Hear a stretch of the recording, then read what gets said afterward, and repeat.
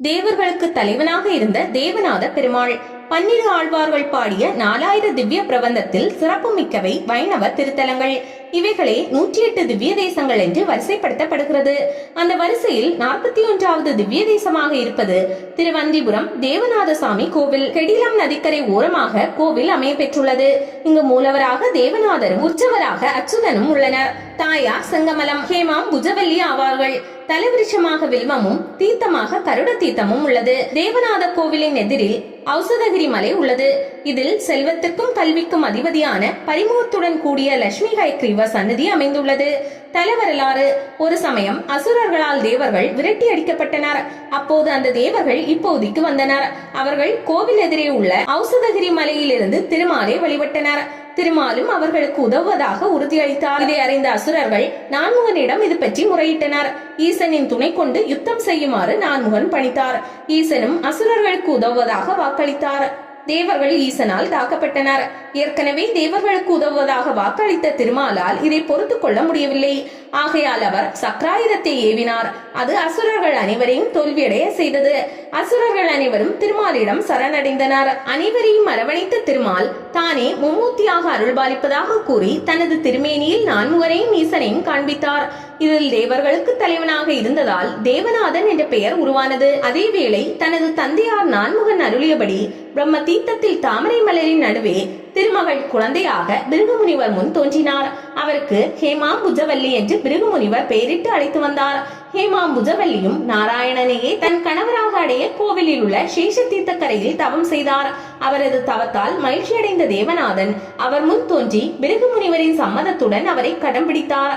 ஈசன், இந்திரன், பூதேவி, பிருகுமுனிவர், மார்க்கண்டேயர் முதலானோர் தவம் செய்த தலமாக இது விளங்குகிறது.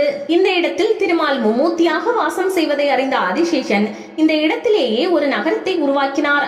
அதுவே திரு அகீந்திரபுரம் என்ற பெயரோடு விளங்கி தற்போது திருவந்திபுரம் என்று அழைக்கப்பட்டு வருகிறது. இங்கு வந்த திருமாலுக்கு தீர்த்த தாகம் ஏற்பட்டது. இதையடுத்து கருடாழ்வாரை அழைத்து தனக்கு தீர்த்தம் கொண்டு வருமாறு கூறினார். அதன்படி கருடாழ்வாரும் உடனே தீர்த்தம் எடுத்து வர சென்றார். அப்போது ஒரு ரிஷியின் கமண்டலத்தில் விரஜா தீர்த்தம் இருப்பதை அறிந்த கருடாழ்வார் தன் அழகால் அந்த கமண்டலத்தை தட்டிவிட்டார்.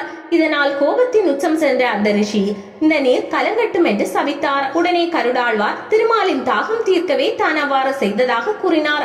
அதை கேட்டு வருந்திய ரிஷி கலங்கிய நீர் தெளியட்டும் என்றார்.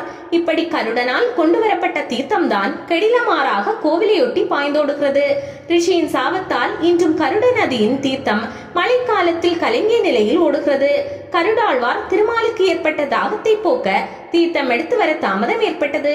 இதனால் அருகிலிருந்த ஆதிசேஷன் தன் வாளால் பூமியை பிளந்து அங்கிருந்து ஊற்று பெருக செய்தார். அதன் மூலம் திருமாலின் தாகத்தை தீர்த்து வைத்தார்.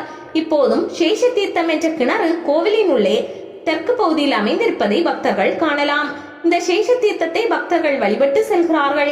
இதனுள் உப்பு, மிளகு, வெல்லம் போட்டு வழிபட்டால் பல நோய்கள் குணமாகும் என்பது பக்தர்களின் நம்பிக்கையாக இருக்கிறது. இத்தல தேவநாத பெருமாளை வணங்குவதால் உயர் பதவி, குழந்தை வரம், நீண்ட ஆயுள், நோயற்ற வாழ்வு, நிலைத்த செல்வம் கிடைக்கும்.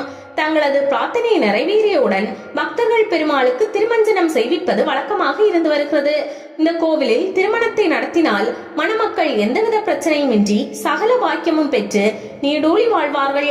ஆகையால் முகூர்த்த நாட்களில் நூற்றுக்கணக்கான திருமணங்கள் இங்கே நடைபெற்று வருவதை காண முடியும். இந்த கோவிலில் சித்திரை மாதத்தில் 10 நாட்கள் பிரம்மோற்சவமும், வைகாசி விசாகம் நம்மாழ்வார் சாற்று முறை 10 நாள் உற்சவம், பெருமாள் வசந்த உற்சவம் 10 நாள், நரசிம்ம ஜெயந்தி, ஆடி அமாவாசை, ஆவணி பவித்ர உற்சவம், கிருஷ்ண ஜெயந்தி உற்சவம், புரட்டாசி தேசியன் பிரம்மோற்சவம், ஐப்பசி தீபாவளி பண்டிகை, முதலாழ்வார்கள் உற்சவம் போன்ற விழாக்கள் என்று ஆண்டு முழுவதும் விழா கோலம் பூண்டிருப்பதை காணலாம்.